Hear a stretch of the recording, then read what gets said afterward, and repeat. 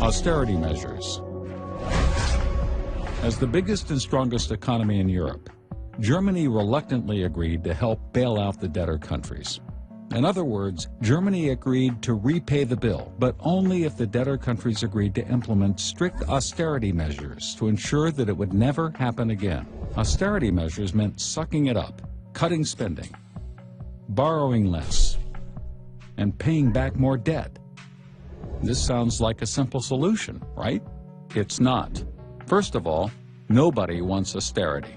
Austerity means cutting government spending, and since the government is by far the biggest spender in any economy, when the government cuts spending, it cuts the earnings of many of its citizens.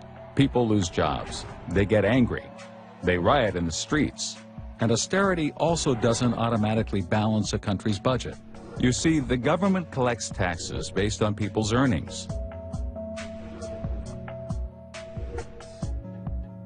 So when earnings are reduced, the government collects less in taxes. They still can't pay down their debts. The pain is so bad that it's almost politically impossible to accomplish. On top of that, there are huge cultural differences within the Euro area. Extreme cultural differences.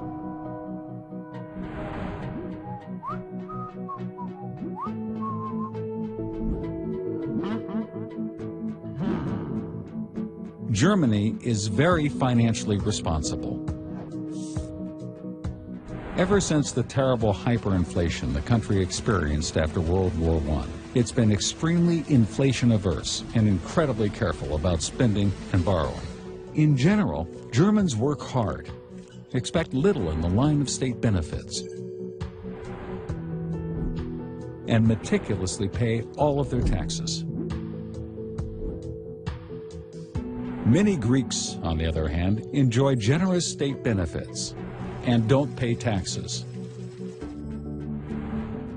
Greece has a terrible problem. It has never collected the majority of the taxes it imposes on its citizens, and it's always been this way.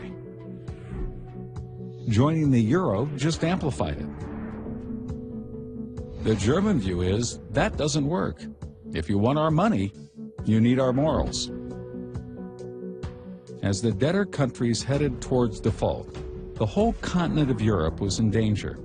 Even though the economies of the debtor countries are relatively small, they posed a huge threat because the European financial system is so interconnected, precisely because of the euro. Remember, the debtor countries borrowed money from banks, investors, and other governments throughout Europe. As the debtor countries get closer to default, everyone who lent them money becomes weaker, and everyone who lent those lenders money also becomes weaker, and so on and so forth. A problem in one country could reverberate across the whole continent, triggering a chain reaction of default. If Greece defaults, then Spain could default. Italy, Portugal, and Ireland could be next. Then France, then Germany.